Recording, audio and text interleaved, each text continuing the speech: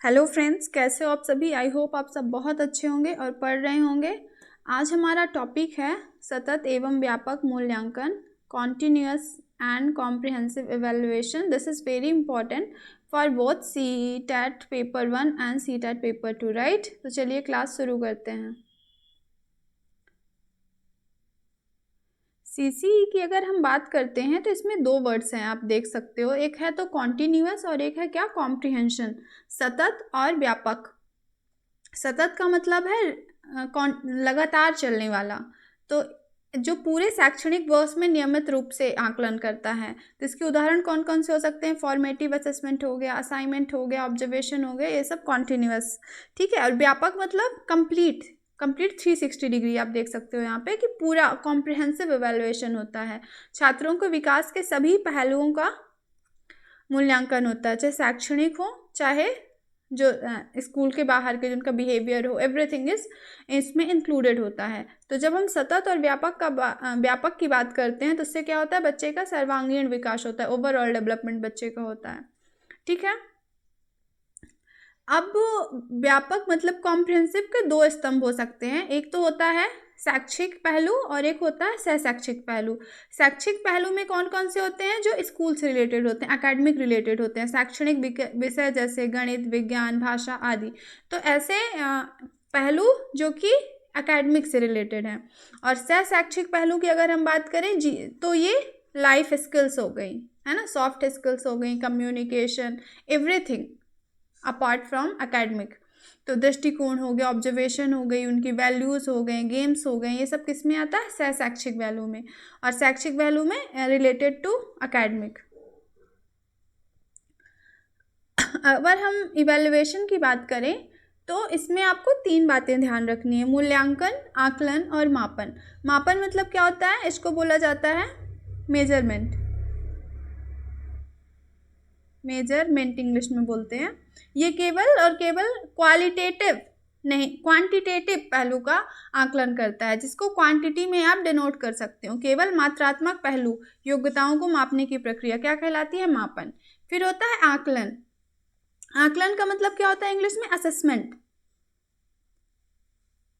Assessment जिसमें इसमें जैसे मापन में सिर्फ और सिर्फ क्वांटिटेटिव था, मात्रात्मक था, और आकलन में क्या हो गया? क्वालिटेटिव एंड क्वांटिटेटिव बोथ, मात्रात्मक और गुणात्मक दोनों सुधार इसमें इंक्लूडेड होते हैं। तो असेसमेंट में हम क्वांटिटेटिव भी आकलन करते हैं और क्वालिटेटिव भी आकलन करते हैं, और इन दोनों किसमें समाहित है? ये सब मूल्यांकन के प्रकार है। मतलब ये कॉम्प्रिहेंसिव हो गया।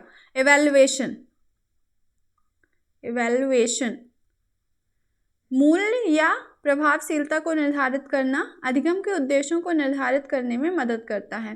तो अगर आप एक बड़ा सा सर्कल ले लोगे इवैल्यूएशन, उसके अंदर क्या क्या आएगा? असेसमेंट और मेजरमेंट। मेजरमेंट मतलब मापन, सिर्फ और सिर्फ मात्रात्मक पहलू का करता है ये आकलन। और आकलन में असेसमेंट की अगर हम बात करें तो ये इसमें मापन इंक्लूडेड होता है, मतलब गुणात्मक भी है और मात्रात्मक भी है।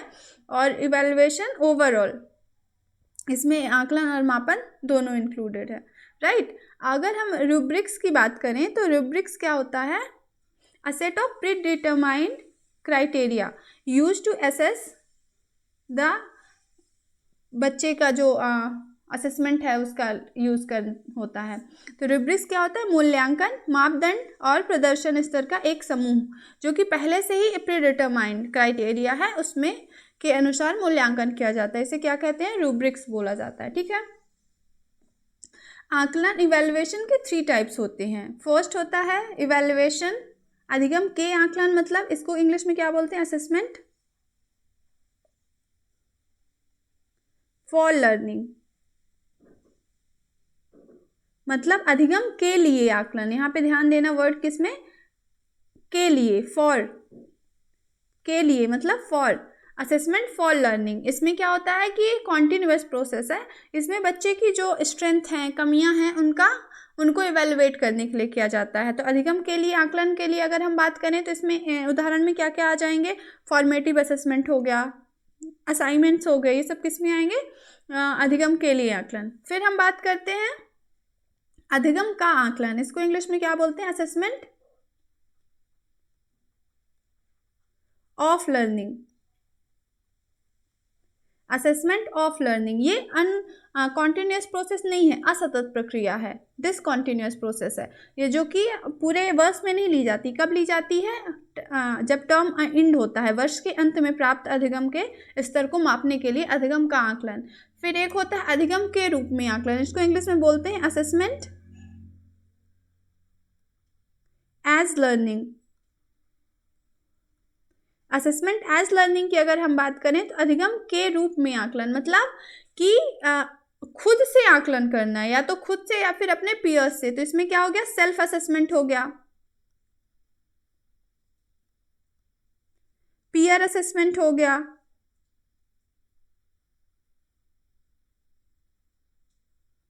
स्व सहकर्मी आकलन, मेटाकॉग्निशन बढ़ाएं। जैसे बच्चा खुद से खुद का चिंतन कर रहा है, उससे उसका कॉग्निटिव डेवलपमेंट हो रहा है, आत्मचिंतन कर रहा है। मेटाकॉग्निशन क्या होता है? मेटाकॉग्निशन होता है खुद से खुद की फीलिंग के बारे में सोचना, whether I am doing right और रॉन्ग, ये क्या होता है? मेटाकॉग्निशन होता है। तो आकलन के कितने प्रकार होते हैं? 3 प्रतिमान होते हैं। फर्स्ट होता है अधिगम के लिए आकलन, मतलब असेसमेंट फॉर लर्निंग, जो कि इवैल्यूएशन क्यों किया जाता है? ताकि स्ट्रेंथ और कमियां पता की जा सके। फिर है अधिगम का आकलन, मतलब असेसमेंट ऑफ लर्निंग, ये डिसकॉन्टिन्यूस प्रोसेस है। क्यों? क्योंकि ये लगातार नहीं हो रही है, ये टर्म के लास्ट में होती है, ओवरऑल देखने के लिए बच्चे की परफॉर्मेंस। और एक होता है अधिगम एज लर्निंग, मतलब कि असेसमेंट एज लर्निंग, अधिगम के रूप में आकलन। ये क्या होता है कि मेटाकॉग्निशन, कॉग्निटिव डेवलपमेंट बच्चे के लिए होता है। जैसे सेल्फ असेसमेंट हो गया, वो खुद से असेस कर रहा है अपना, और पीयर असेसमेंट हो गया, उसके जो साथी हैं वो असेसमेंट कर रहे हैं। तो ये 3 टाइप्स ऑफ इवैल्यूएशन असेसमेंट होते हैं, ठीक है। अब हम बात करते हैं रचनात्मक आकलन की और योगात्मक आकलन की। हमने देखा था कि ये रचनात्मक आकलन किसका उदाहरण है? Assessment for learning. और योगात्मक आकलन की हम बात करते हैं, जिसको हिंदी में बोला जाता है योगात्मक आकलन, और इंग्लिश में क्या बोला जाता है? समेटिव असेसमेंट, और इसे क्या बोला जाता है? फॉर्मेटिव।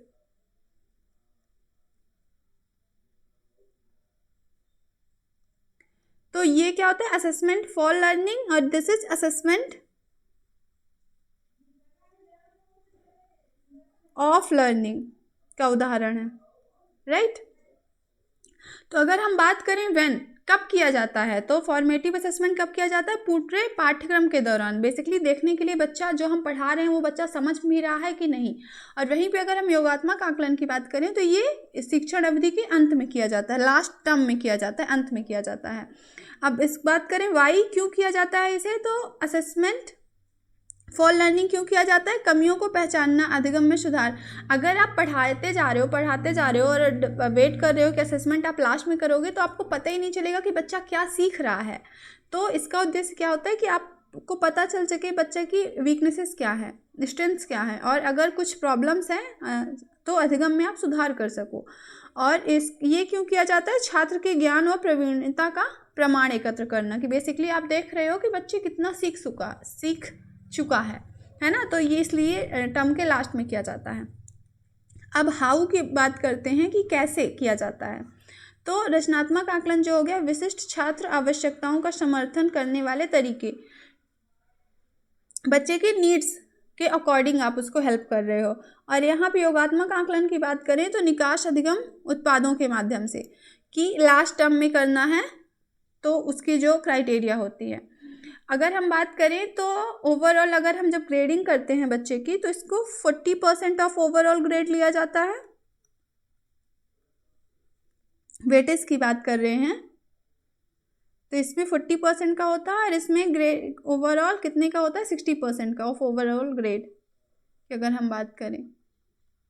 वेटेज इसका कितना होता है कि रचनात्मक आकलन बच्चे के मान लो 100% है, एक एग्जाम होता है ना, तो उसमें से 40% जो है उसका रिजल्ट रचनात्मक आकलन के आधार पर बनाया जाता है, और 60% उसका रिजल्ट किस पे बनाया जाता है? योगात्मक आकलन के आधार पर बनाया जाता है।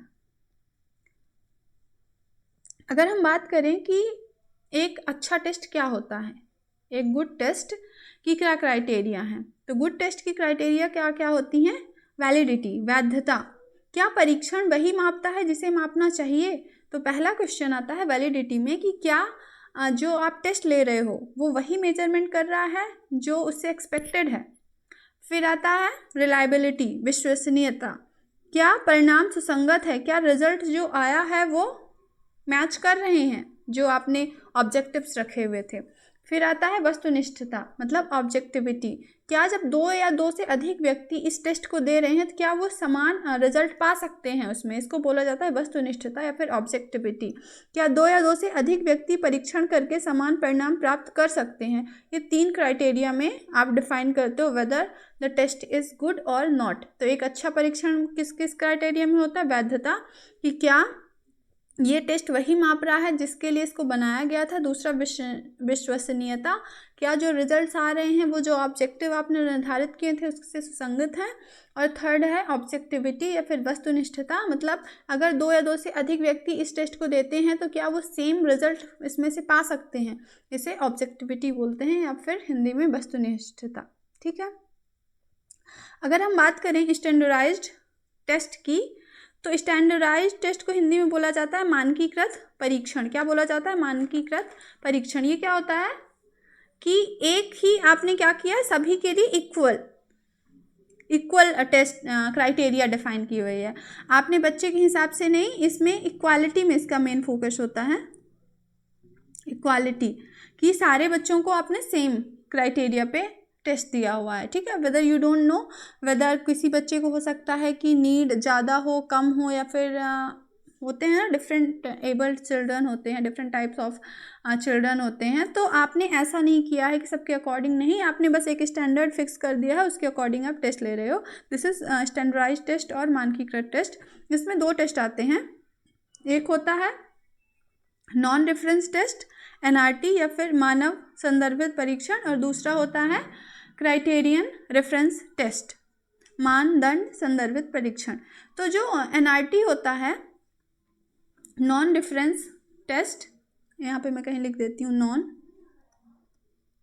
रेफरेंस टेस्ट, और CRT का फुल फॉर्म क्या होता है? क्राइटेरियन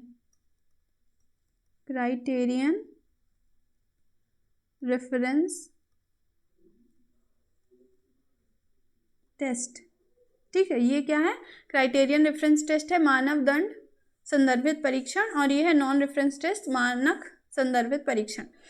तो अगर हम NRT की बात करते हैं तो यहाँ पे नॉन रेफरेंस टेस्ट मतलब क्या है कि छात्र के प्रदर्शन की तुलना अन्य छात्रों से, कि यहाँ पे कंपैरिजन होता है। जैसे स्कूलों में आप देखते हो ना, कोई बच्चा फर्स्ट आया, कोई बच्चा सेकंड आया है, तो यहाँ पे क्या हो रहा है? यहाँ पे कंपैरिजन हो रहा है, तो इसको क्या बोलेंगे? यही इसी का मतलब होता है नॉन रेफरेंस टेस्ट, मतलब मानक संदर्भित परीक्षण, कि एक बच्चे का दूसरे बच्चे से क्या हो रहा है? कंपैरिजन हो रहा है। जैसे UPSC में आप देखते हो क्या आता है? रैंक आता है ना, तो वहाँ पे क्या हो रहा है? कंपैरिजन आता है, किसका ज़्यादा आ रहा है, किसका कम आ रहा है, उसके अकॉर्डिंग उनको जो है अलॉट किया जाता है ना सर्विसेज, तो रैंक बेस पे। तो आपको याद रखना है, जैसे UPSC में हो गया तो ये क्या है? रैंक बेस है। तो ये किसका उदाहरण है? NRT, मानक संदर्भित परीक्षा या फिर नॉन रेफरेंस टेस्ट। उदाहरण के लिए आप ले सकते हो, जैसे KVS में हो गया, DSSB में हो गया, ये सब क्या है?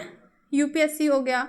तो ये सब किसके उदाहरण है? NRT के उदाहरण है। वहीं पे अगर हम मानदंड संदर्भित परीक्षण बात करते हैं, क्राइटेरियन रेफरेंस टेस्ट, यहाँ से आपको नाम से ही पता चल रहा है क्राइटेरिया, मतलब ऑलरेडी एक क्राइटेरिया सेट कर दिया गया है। जैसे CTET में अगर आप जर्नल से हो तो आपको कितने चाहिए? अगर आप जर्नल से हो तो आपको 90 मार्क्स चाहिए, उससे ना कम ना ज़्यादा, तो आप ला सकते हो, बट कम में आप फेल हो जाओगे। मतलब यहाँ पे आप एक दूसरे से compete नहीं कर रहे हो, किसी बच्चे का एक दूसरे से कंपटीशन नहीं है कि उसके 95 आ गए और मेरे 90 आ गए तो मेरी इंपॉर्टेंस कम गई। नहीं, आप दोनों पास हो, कोई फ़र्क नहीं पड़ता वेदर यू हैव गॉट 90 और मोर देन 90।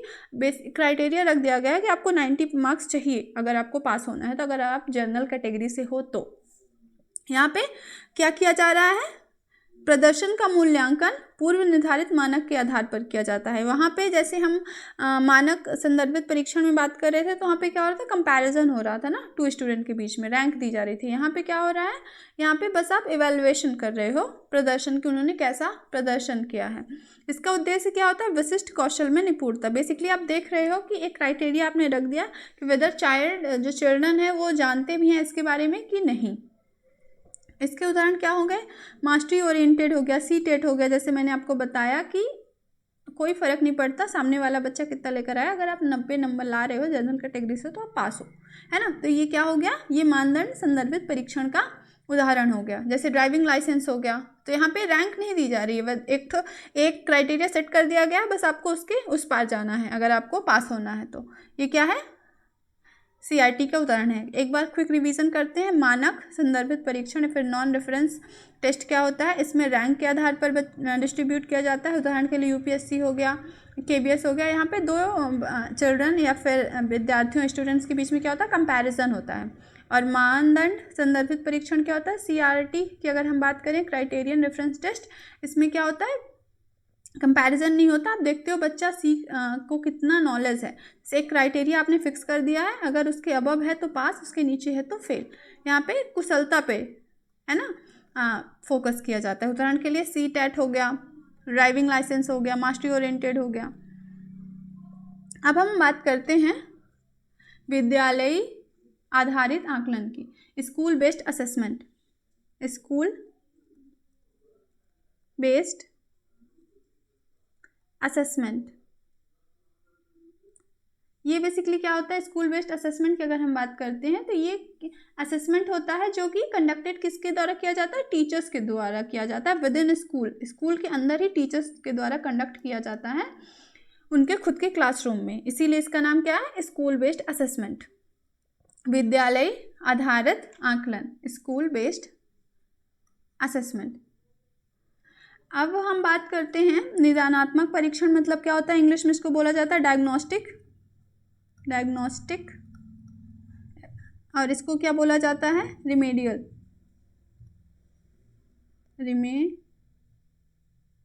स्पेलिंग गलत हो गई, रिमेडियल।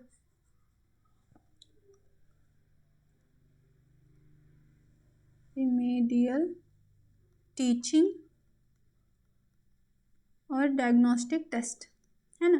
अब देखो, आपने सुना होगा डॉक्टर्स क्या करते हैं, डायग्नोस करते हैं। किसी भी पेशेंट कोई अगर जाता है तो वो क्या करते हैं, डायग्नोस करते हैं। डायग्नोस करना मतलब पता लगाना। तो उसे ही होता है निदानात्मक परीक्षण। किस लिए होता है कि बच्चे की कमजोरियों को आप पता लगा रहे हो, चिन्हित कर रहे हो।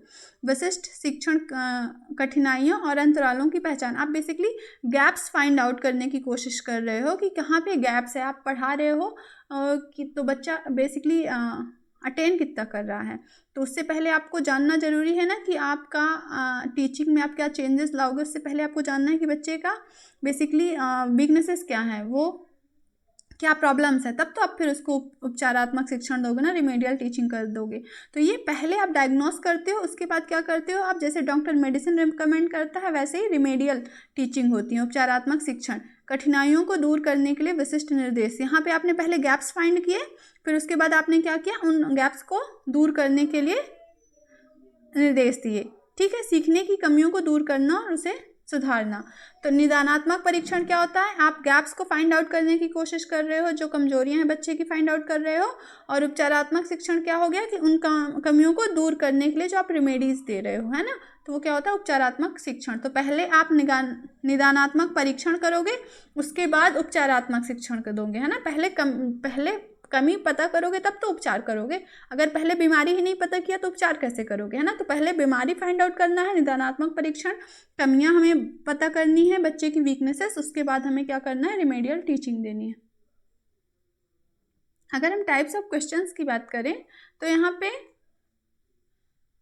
क्या क्या होता है, वस्तुनिष्ठ प्रकार, ऑब्जेक्टिव टाइप्स। हमने देखा है ना कि MCQs बेस होते हैं, तो आपको एक सही उत्तर पे क्या करना होता है, टिक करना होता है। इसको क्या बोलते हैं, वस्तुनिष्ठ या फिर ऑब्जेक्टिव टाइप क्वेश्चन।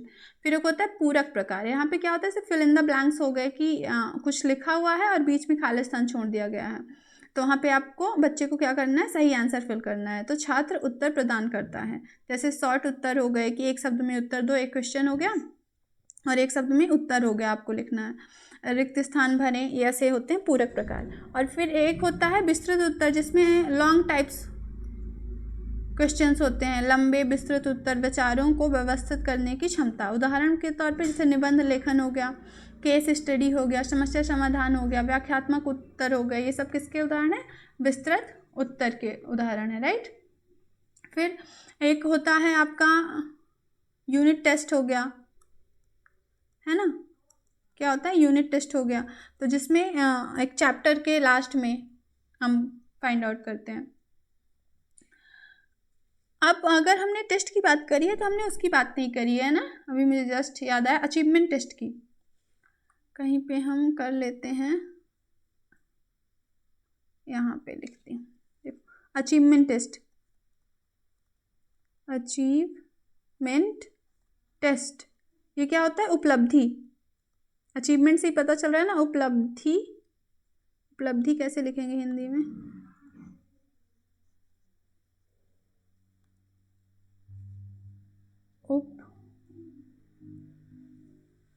उपलब्धि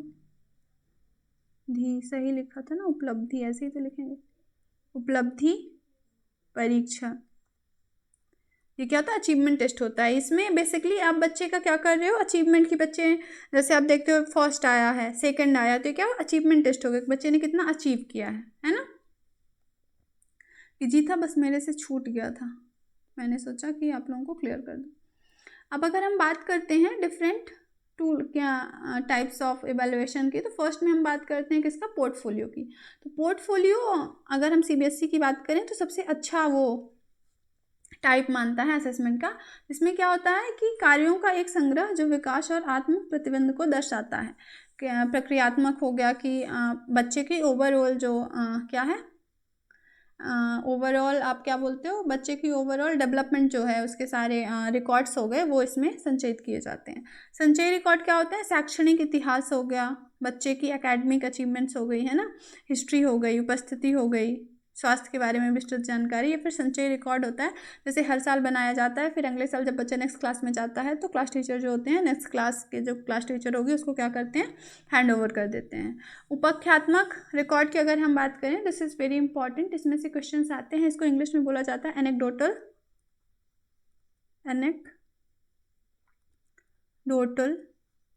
रिकॉर्ड्स। इसमें क्या होता है, इसमें बच्चे के बिहेवियर से रिलेटेड, क्लासरूम के आउटसाइड क्लासरूम में जो बच्चा क्या कर रहा है वो सारे रिकॉर्ड से रखे जाते हैं। तो जैसे आपने कहीं फील्ड ट्रिप में आप बच्चे को लेकर गए हो तो वहाँ पे उसका आपने वैल्यूएशन किया, वो सब इसमें रखे जाते हैं।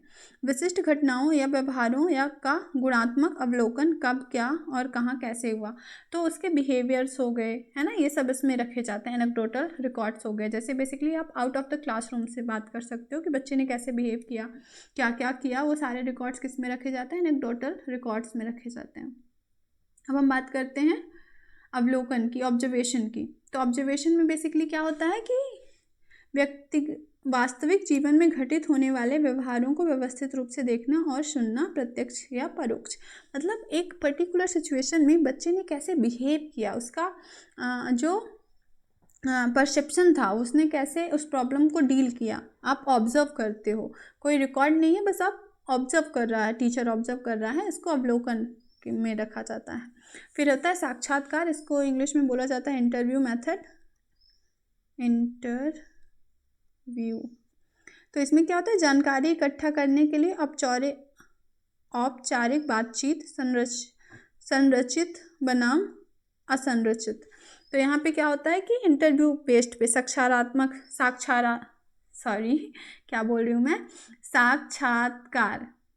साक्षात्कार सही था इस बार।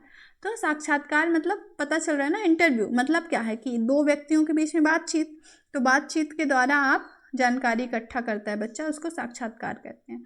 फिर एक होता है निर्धारण मापन, इसमें क्या होता है कि पूर्व निर्धारित पैमाने पर मूल्य निर्दिष्ट करके प्रदर्शन या फिर दृष्टिकोण का आकलन, ये क्या होता है, निर्धारक मापक होता है। समाज नीति में क्या होता है कि आपसी और सामाजिक संबंधों का पता लगाना, नेतृत्व गुणों की पहचान, कि समाज में जाकर, जैसे आपने बच्चे को दिया काम कि आपको पता करना है कि आपके घर के आसपास या फिर आपके पेरेंट्स हो गए तो वो पहले किस चीज़ से पानी, जैसे अभी तो आप ट्यूबवेल से, नल से डायरेक्ट पानी आता है, पहले कुआं से फिर तालाब से लोग पानी लेकर यूज़ करते थे, पीते थे। तो आपने बोला कि आप जाकर पता लगाओ कि पहले लोग कैसे पानी का यूज़ करते थे, कहाँ से उन्हें पानी मिलता था। तो वो जाएंगे, पूछेंगे, फिर अपने समाज में चारों तरफ देखेंगे। तो ये क्या होता है, समाज में थी, मतलब आपसी और सामाजिक संबंधों से पता लगाया जा रहा है। 5E मॉडल की हम बात कर लेते हैं। तो दिस इज़ वेरी इंपॉर्टेंट। ये सीखने का इंजन, मतलब सीखने का 5E मॉडल बोला जाता है। तो क्या क्या होता है, इंगेज करना, संलग्न, एक्सप्लोर, अन्वेषण, एक्सप्लेन, व्याख्या, एलैबोरेट, विस्तार, और फिर मूल्यांकन, इवैल्यूएट, है ना। तो ये लर्निंग के लिए क्या इंपॉर्टेंट है, बच्चा कैसे सीखेगा, उसके लिए 5E मॉडल दिया गया है। 5E मॉडल में क्या क्या आता है, इंगेज, आपको बच्चे को क्या करना है, इंगेज करना है। एक्सप्लोर, बच्चा खुद से एक्सप्लोर करके सीखेगा, लर्निंग बाय डूइंग जिसे कहते हैं। आपको एक्सप्लेन करना है, इलैबोरेट करना है हर एक टॉपिक को अच्छे से। फिर क्या करना है, आपको इवैल्यूएट करना है कि बच्चे ने क्या सीखा। ये है 5E मॉडल, 1 2 3 4 5, है ना। तो संलग्न करना है बच्चे को, जो भी टॉपिक आप पढ़ा रहे हो। तो ऐसे ही नहीं कि आप कुछ भी बोल रहे हो, क्लासरूम अपने अलग ही चल रही है उसमें। तो आपको क्या करना है, इंगेज करना है, ऐसा क्लासरूम बनाना है जिसमें बच्चा इंगेज हो सके। तो engage, then explore, explain, elaborate and evaluation. ठीक है, समझ आया, I hope yes. So thank you for watching, पढ़ते रहिए। आप कमेंट सेक्शन में ज़रूर बताइएगा कि आपको अगली क्लास किस टॉपिक में चाहिए। मैथ्स में दिक्कत हो रही है कि कौन से सब्जेक्ट में, तो मैं अगला टॉपिक उसी पे लेकर आऊँगी। थैंक यू फॉर वॉचिंग, अच्छे से पढ़ते रहिए, मिलते हैं नेक्स्ट क्लास में।